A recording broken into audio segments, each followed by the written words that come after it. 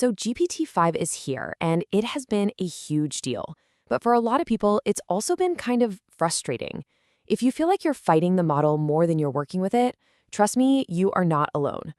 In this explainer, we're going to break down exactly why your old prompts are failing and give you a completely new playbook to get the results you're really after. And yeah, this quote right here, it just nails the feeling a lot of us have right now. A user, Seth Cronin, points out that the older models, they kind of seem to get what you wanted, almost reading your mind. But with GPT-5, that feeling's gone. It's been replaced by a need for something way more direct. Now, here's the thing you have to get your head around. This isn't a bug. It's a feature. It's a fundamental shift in how this thing is designed. We've gone from a model that tries to guess what you mean to one that follows your instructions with, as OpenAI puts it, surgical precision.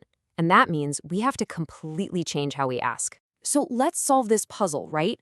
The crazy part is, the very reason your old prompts are falling flat is the exact same reason GPT-5 is so incredibly powerful. And that reason is its steerability. It's just so good at following orders that any vague or lazy prompt can send it completely off the rails. And hey, don't just take my word for it. Shamal, right from OpenAI, confirms this. The model is designed this way. It's made to be highly steerable. And what that means is that the control, and yeah, the responsibility, is now squarely on us. We have to be crystal clear about what we want. Okay, so if steerability is the new name of the game, how do we get in the driver's seat? Well, it all starts with a few foundational principles. Mastering these core techniques is the absolute key to our new playbook for getting those consistent, high-quality results we want from GPT-5. Our first technique? It sounds almost ridiculously simple, but I promise you, it works. You just have to tell the model to think harder. Seriously, just adding a phrase like think deeper or think step by step to your prompt can trigger a much higher level of reasoning and stop it from spitting out a quick, superficial answer. But you can take this think harder idea way, way further. For example, prompt expert Matt Schumer came up with what he calls an ultra-deep thinking method. This just shows how specific you can get. You're not just giving it a task, you're giving it a whole cognitive process to follow before it even starts working on your request. And that idea, guiding the model's thinking process, it leads us straight into our second technique, using planning phases. So instead of just asking for the final thing, you first tell the model to create a detailed plan. This forces it to slow down, actually consider all the parts of your request, and avoid skipping over crucial steps. Here is a fantastic, super practical example from Pietro Sciarrano. By putting these 4 steps into your prompt, you're basically asking the model to show its work before it does the work. And that ensures you get a much more thorough and much more accurate final response. Okay, now we're getting to what might be the single biggest takeaway of this entire explainer. Seriously, if you remember one thing, make it this. You have to be explicit with the structure of your prompts. Vague, free-form requests are out. Clear, detailed, well-organized inputs are in. This need for structure has led to this really popular trend you've probably seen called JSON prompting.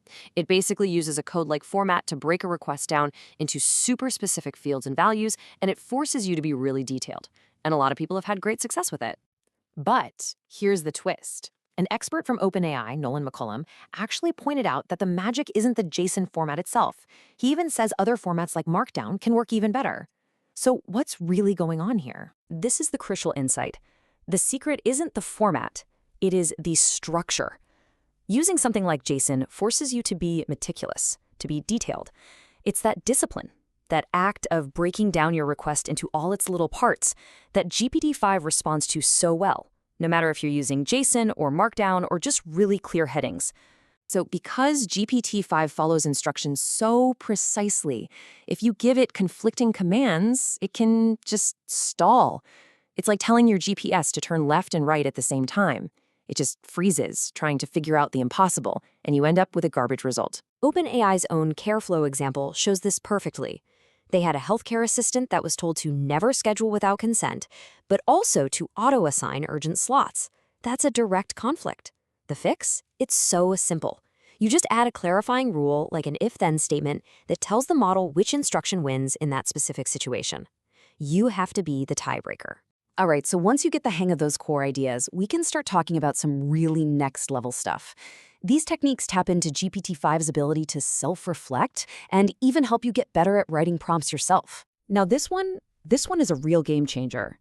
Instead of just asking for the final output, you can ask GPT-5 to first invent its own set of standards for what makes a great response, like a secret grading rubric, and then have it grade its own work against that rubric over and over until it gets a top score. So if we break it down, you're essentially programming a little quality control loop directly into your prompt. The model decides what excellent looks like, it checks its own work, and then it fixes it, all without you having to guide every single step. It's incredibly efficient. And for our final technique, how about this? Why not get the AI to do the hard work for you? That's what metaprompting is. It's the art of asking GPT-5 to act like an expert prompt engineer. You give it your goal, and it writes the detailed, structured prompt that's most likely to get you what you want. Check out this awesome example of a metaprompt from Matt Schumer. You're basically giving the AI a job description. You're telling it exactly how to be your personal prompt writer. This is just a brilliant way to use the model's own understanding of itself to your advantage. So what does this all boil down to? Well, it signals a really major shift in how we need to think about these tools. It feels like the era of just typing in a lazy one-line prompt and getting amazing results might be on pause for a bit. It's being replaced by something that requires a lot more thought and a lot more effort from us. Look, if there's just one thing you walk away with today, it's this. This is a full-on return to disciplined prompt engineering. The days of getting lucky with a sloppy one-line prompt are pretty much over. To unlock the immense, almost unbelievable power of GPT-5, the responsibility is now on us. We have to be more deliberate, more structured, and just plain more thoughtful. We all have to become better prompt engineers. And that really leaves us with a huge question to chew on, doesn't it? Is this demand for more precision actually a step backward for how easy these things are to use? Or is this new discipline the very key that will finally let us unlock the true, unprecedented power of these incredible models? The answer? Well, that's probably going to shape the future of how we all work with AI.